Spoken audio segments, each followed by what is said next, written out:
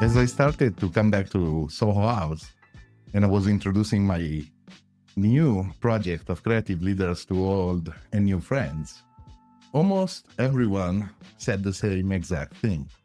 Have you met Carla? Do you know Carla? You should speak to Carla. Hi, I'm Gianluca Cinquepalmi. I'm an educator, design entrepreneur, and author. And this is Creativelldrs at the house. The more complex and complicated our world becomes, the more we need creatives and global thinkers that allows us to inspire, challenge, and disrupt. And today we're going to talk about creativity and social impact with Carla Martinesi. Welcome, Carla. Welcome to the house. Thank you for having me. So, Carla, I would love to begin with your business today, which is Chomp. Can you tell us a little bit about Chomp and how it became Hong Kong's favorite food sharing app? So it was quite an interesting journey, but I'll start with what Chomp is. In case none of you have ever heard of it before, I highly recommend you download it. It's an app that exists in Hong Kong for close to 4 years. We're what we call a food saving app. So what happens in Hong Kong is a lot of restaurants, F&B businesses, they have a lot of surplus food at the end of the day. And what usually happens is that the food gets taken and thrown out and put into our landfills. Hong Kong's faced with quite a big problem where we don't have enough space for our landfills. Our landfills are quickly growing, essentially. And the app acts as a marketplace where you can buy discounted, what we call mystery boxes from F&B retailers, wholesalers, suppliers, anything that would essentially get wasted. You can buy it at a discount and pick it up. You're basically saving 1 kilo of food for every order. And to date, we've saved close to, or actually just past 100,000 kilos of food. Wow. So it's a planet saving app. It's an app that helps reduce food waste, and it's an app that does good for the planet, also supports the local businesses, and does good for your wallet too. Exactly. Yeah. Again, I was about to say, it does good to you as well. Yeah. And maybe you can get amazing food also. At a very affordable rate. Yeah. Even places you probably wouldn't try at full price, you can get it at 50% off just to try. Exactly. See if you like it and then commit to buying later on. But yeah, it's like a win-win-win solution. There's no downfall, I think. Carla, like I said in the intro, I actually got to know you through several people and several friends. This is apparently the second podcast we record together. One we produced, one finally as a guest. Your background is in marketing and photography. So as let's call it a canonical creative, right? What drove you to shift the career and not go into an agency or start your own agency and start actually a social enterprise? I think it's hard to put me as a photographer career with everyone in the room. I feel like I'm really not as good as everyone else. Photography started as a way to pay for student bills during university. I was photographing in nightclubs to pay for my school. And it was also fun. So I mean, it was a free ticket. They gave me drinks. It was good. It worked out. My courses took a hit because I was up till 3 a.m. and had an 8 a.m. class. But it was a great period of my life. I learned a lot of skills. And then I learned a lot about pricing and negotiating as well, which I didn't realize at the time, but I think it helped later on. And then afterwards, when I moved to Hong Kong, before that, actually, I had gotten a job in New York in advertising, so experiential marketing. And it was sort of my dream job. It was a job that as soon as I heard what it was, I wanted a job in this field. It was basically experience marketing, working with brands to launch products, but in an experiential kind of way. So just sort of different to advertising, but same category, I guess. And I loved my job in New York. I wanted to find something in Asia that was similar. My mom was from here and I was born here, but I never lived here and I never properly took the time to learn Cantonese as well. So I wanted to come back and try to do that. So when I basically came back, I came back with the intention of getting a job in experiential marketing, which I did. I landed a job under TBWA, and I thought it was the dream job. But I'm sure anyone who knows experiential marketing and advertising, the hours are brutal, the field is really rough, and the competition is really high. And I worked as a strategist, which I also loved. It was everything about planning and creative thinking. It was things that I really enjoyed doing.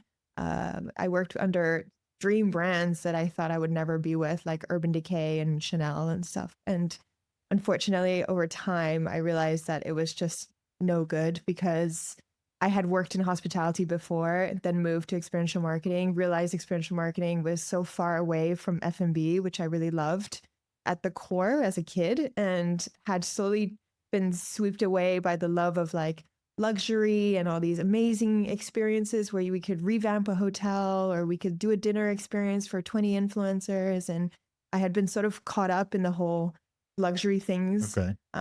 which comes with Hong Kong sort of experiential marketing space. And I kind of took a step back where I thought, okay, and I started requesting for more F&B contracts or more hotel contracts. I worked under Marriott for a bit.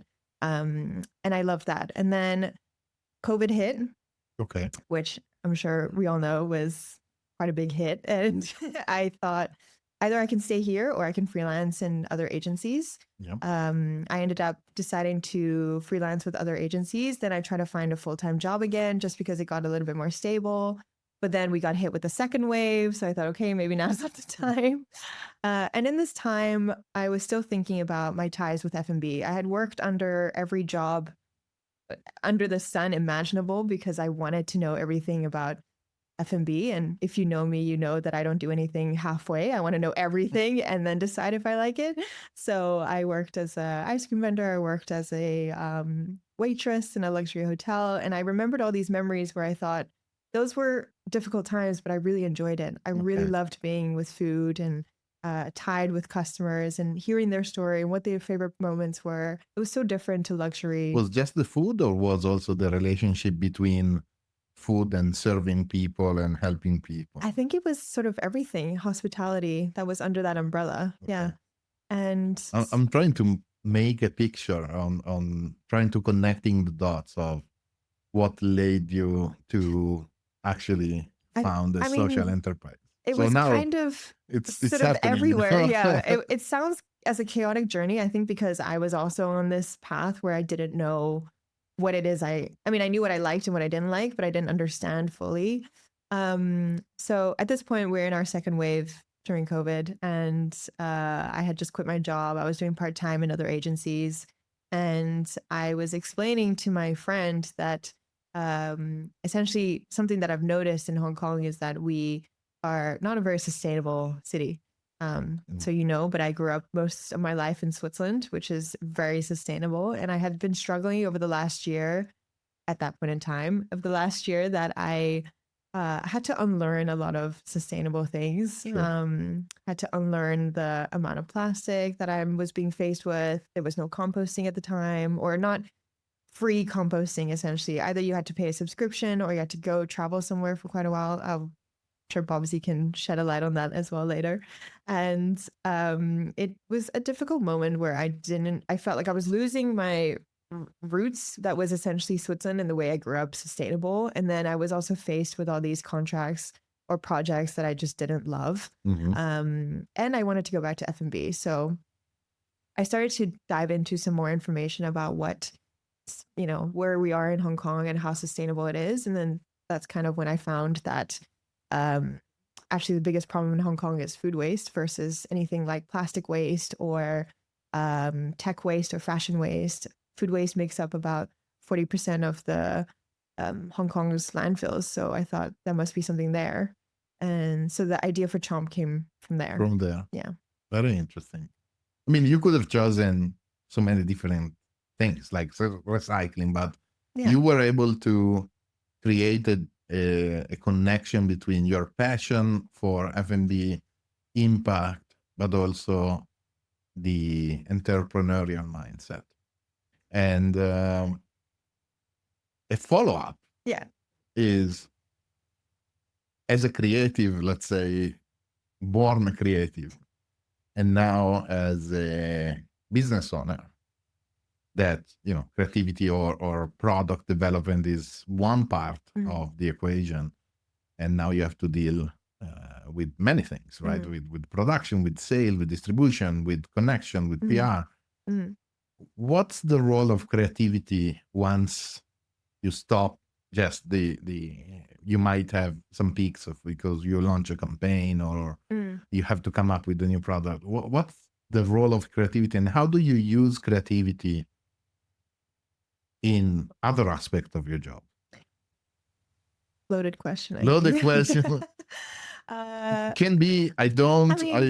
I mean. I think it's a little bit everywhere in our daily lives. I think it also comes down to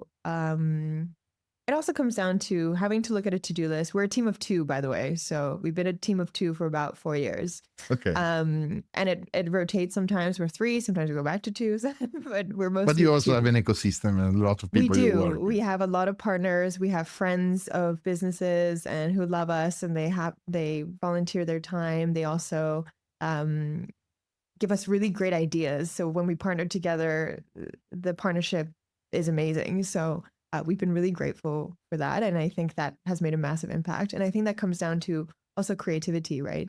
If I come in with an idea saying, I think we need to do something for Chinese New Year, most of the time what would happen is in a normal agency, I think you would have a proposal, you would sit down, you would kind of come up with the initial sketch, or what happened to me before was I would come up with the initial sketch or initial plan or idea of what the thing should be or campaign should be. And then I would bring it to the project team, see if it's feasible and whatnot. But when you're a team of 2 and only one of you is sort of like the founder, the other one is coming in 9 to 6, it's a little bit difficult to convey the same idea, right? So I think it takes a little bit of creativity with no budget, with no resources, or you have some resources, but they're not as infinite as you would be in an agency where you could have 3 project managers, or you could have a photographer in-house, and it's a little bit easier. So I think it comes down to timing.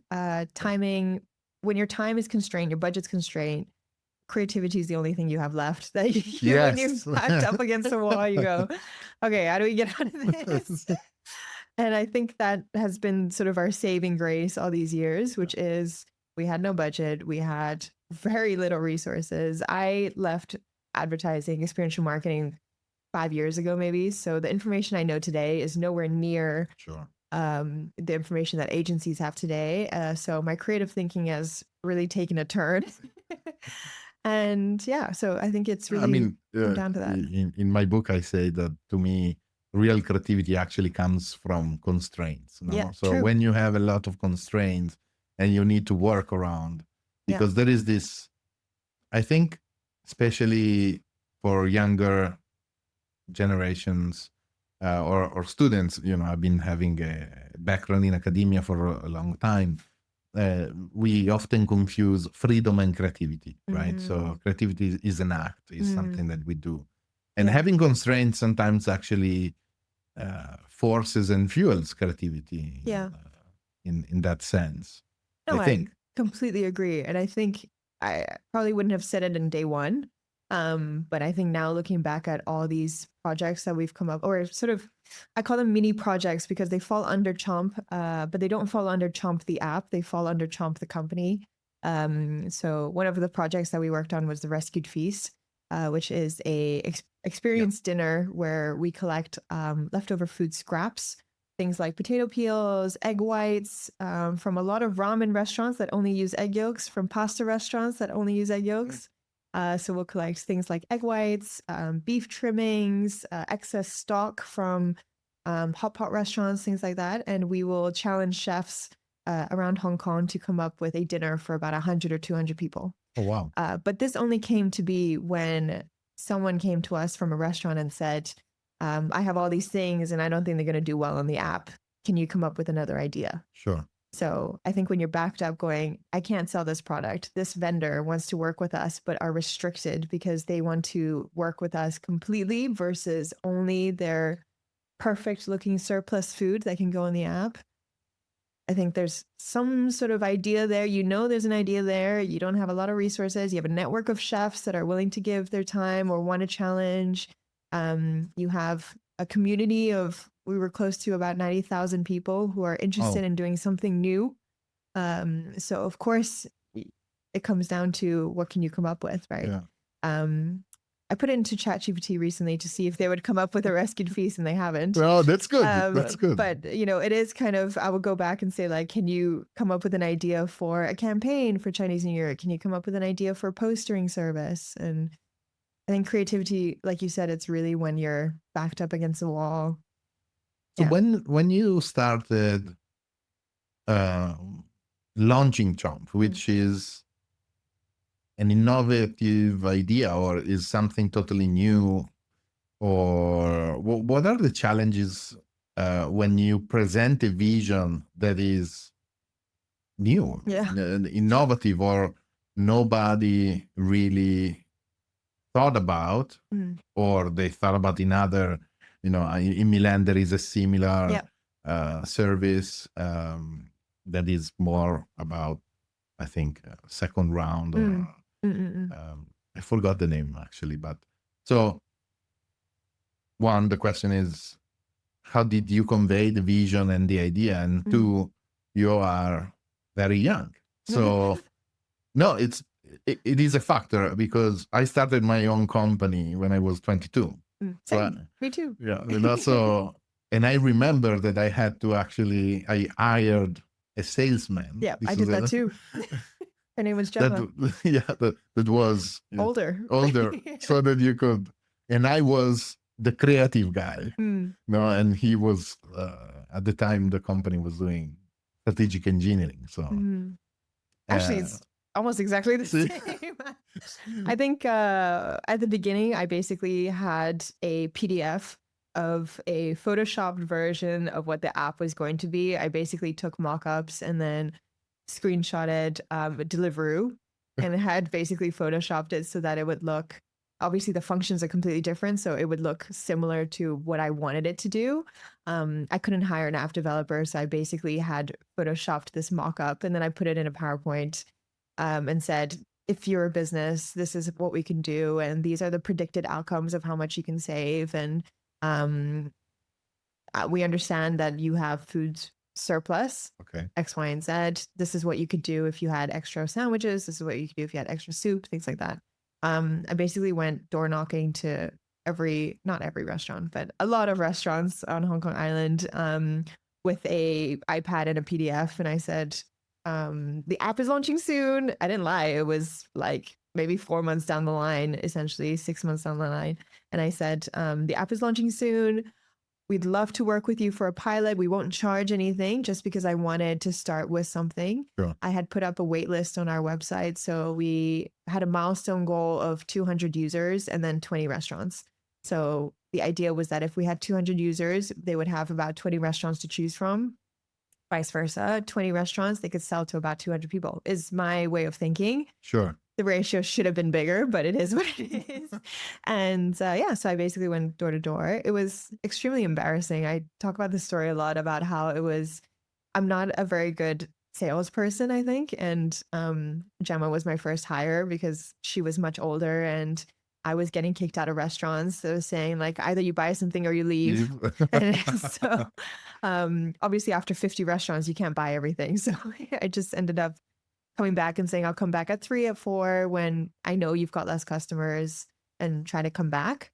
And I try to set it up as a meeting so that I didn't essentially have to buy anything. I could just say, tell me a little bit about yourself and I'd love to learn more and stuff. But yeah, I think it was very difficult. Essentially, the idea for Chomp is not new.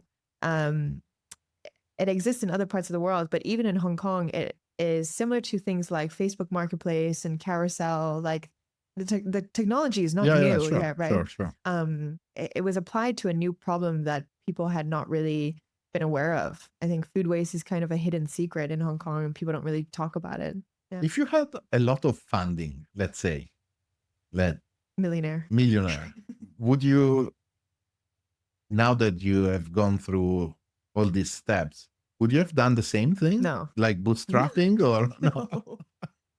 Well, we didn't bootstrap. We started with a grant, which Okay, was okay, good. which helped build the app, right? Okay. And let me hire this girl. But if I was a millionaire, I would have done something totally different. I would have probably gone to CTO, who could have probably done the app in-house, probably would have been cheaper. The grass is always greener. Maybe it wasn't cheaper, I don't know.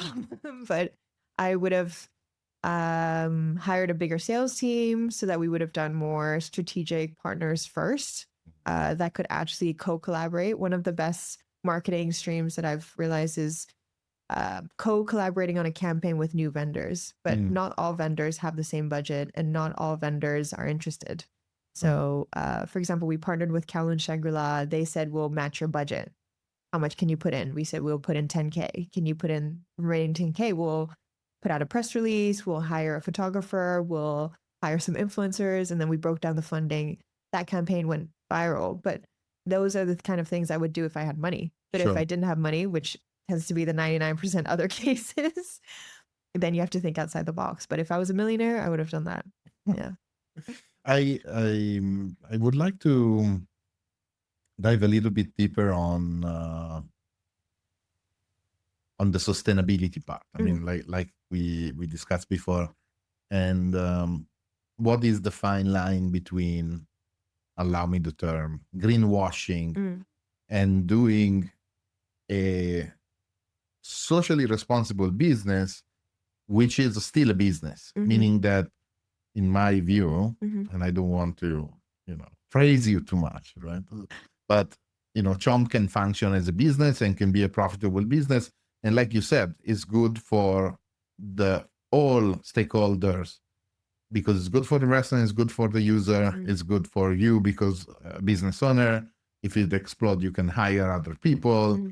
So beside the social aspect of the app, there is a viability business aspect of the app that still is viable, right? So how do you communicate that is not just greenwashing? It's not like, you have to, it's like, it's in a sense, how do you pitch the fact that it's not a charity, is actually a sustainable business? It's just a business that takes care of an unseen or understood problem.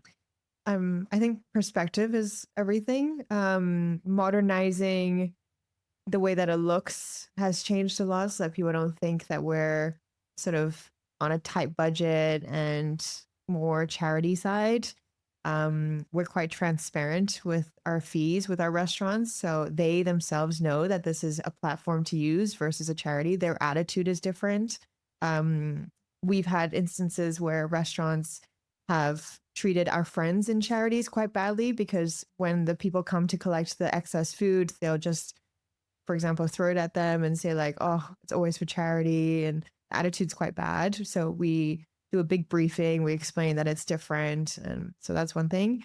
Another thing as well is branding. We steer very far away from the green, blue colors. The reason for this is because, especially today, we're in a day and age where there is a lot of greenwashing, and there's a lot of brands that will tint their logo green just to do Earth Day, or they'll pledge certain things. And I think it's really difficult to stand out from the ones that are actually doing good work. Of course, there are transparency things where you can actually put out numbers and show that you're actually doing good work, but I think only people who are very committed to researching can only see this information. Okay, interesting. So that's an angle. Yeah, and I think sustainability also is not always coincide with profit, right? So those are also companies that don't have thousands of dollars that they can market that they are doing really good things. So our colors are usually pink and red, which is more leaning towards food apps and hunger, things like that. So it's trying to be more like an everyday habit versus a lot of people. We did a research in Hong Kong. It's a personal research based on our users, but about 65% of our users, if I'm not mistaken, 65% of our users use the app not because they're sustainable. Sure. So because it's a discount, and so we try to put it that way. But those users also commented they don't care about sustainability, which means that we're not attracting these people because they are sustainable warriors or they want to be more eco-friendly. And in Hong Kong, it's difficult to change that mindset. So it's almost better to benefit from the other angle, which is discounts and whatnot. When you order from Chomp, at the bottom of the receipt, you get something like, "Thank you for saving the planet." It's a small reminder that basically says we're still sustainable. We're still a sustainable company. And it tracks your order saying that you've saved a kilo of food from going to waste. So it's just small things that says, even though you've chosen to use the app for a different reason, a reminder that you've also done something sustainable that has actually made an impact. But again, like you said, it's very difficult to change the mindset or to even advertise completely that it's just sustainable. But social impact can come in many different ways, right? Sure. Yeah. Do you believe, and you know how much I love the city and the community that we live in? Do you believe that part of the success of Chomp is due to the habits and the infrastructure also of Hong Kong? If I'm not mistaken, like a lot of Hong Kong people order takeout. If you were in the northern part of Italy in a small town, this wouldn't have happened. No. You know, so there are some dynamics that are peculiar for a metropolis. Let's say with Hong Kong, because people live very close. They are super busy. They work long hours, so the takeout food is something that I don't remember the actual data, but it was a very big number. Like on average, the average Hong Kong family eats out or does take out like 3 or 4 times a week. So also because space, kitchen as small, education. So either you go out to celebrate, so you go to the restaurant for social purposes, or the takeout is just a very convenient way. So it's cheap. Yeah. So is that an ecosystem that we also need to map in when we start new projects, like designing for context as well? Yeah. We did market research before we launched. Otherwise, it would have been a waste of money to launch. We did market research. We wanted to get as much information as possible, like I said, to see spending habits, eating habits, also time habits. When do you eat? We found that a lot of people don't eat at normal times, especially in Italy, where we usually take 2-3 hours to eat. Specifically at... I don't know which part of Italy you're from. From Milan, that's not happening. I know, we're from the south, so it's very long. We have a siesta that basically takes up half the afternoon. But apart from that, I grew up in I think it's something like 5,000 people town in Switzerland. There is not much there.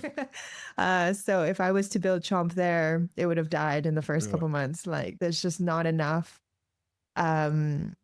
It's an aging population. There's not enough, even restaurants to people ratio in Hong Kong, where I think it might have gone down, but pre-COVID, it was 8 to restaurants 1 per person. Wow. It might have changed over COVID, but that's one of the main reasons, one of the main numbers that made me go, I think we can make Chomp. I believe so. But in Switzerland, it's something like half or something. I'm guessing because I haven't really looked, but just living there, you already know there's not enough restaurants. So yeah, I think it was multiple factors, like you said, proximity, number of restaurants available, number of people who eat at different hours where the restaurant has to stay open for that long. Late diners, early breakfast goers. You have people eating breakfast at 6 a.m. all the way until 11 a.m. You still can buy breakfast at 11 a.m. almost everywhere in Hong Kong. Also, Hong Kong is one of the few places in Asia that still serve afternoon tea, which is a special meal period, unless you're from the UK, which I was not familiar with, but it's the special meal between 3 and 5, right? And then dinner starts at 6. You're almost always eating. Yeah. So why not? This is the Hong Kong way. I mean, I'm not complaining. It's fine. Carla, I always like to close our conversation with a small fire round. Okay. So in less than 5 words, what inspires you? The city of Hong Kong and the people. Okay. what challenges you or what keeps you on your toes? Or Lack of budget. like, Very much on my toes. and what do you want to disrupt, or what is your view of disruption for good, for growth? More women in tech, I think. Wow, Yeah. amazing. Carla, thank you so much. This was Creative Leaders at the House. I'm Gianluca Cinquepalmi. Shout out to our production studio, That Good Studio. Thank you, Soho House Hong Kong, for this amazing opportunity to share these discussions. I believe Instagram is Chomp Food app. Chomp Food Up. Yeah. And Carla, I'm looking forward to see how you're gonna disrupt the food waste market. Thank you again. Thanks for having me.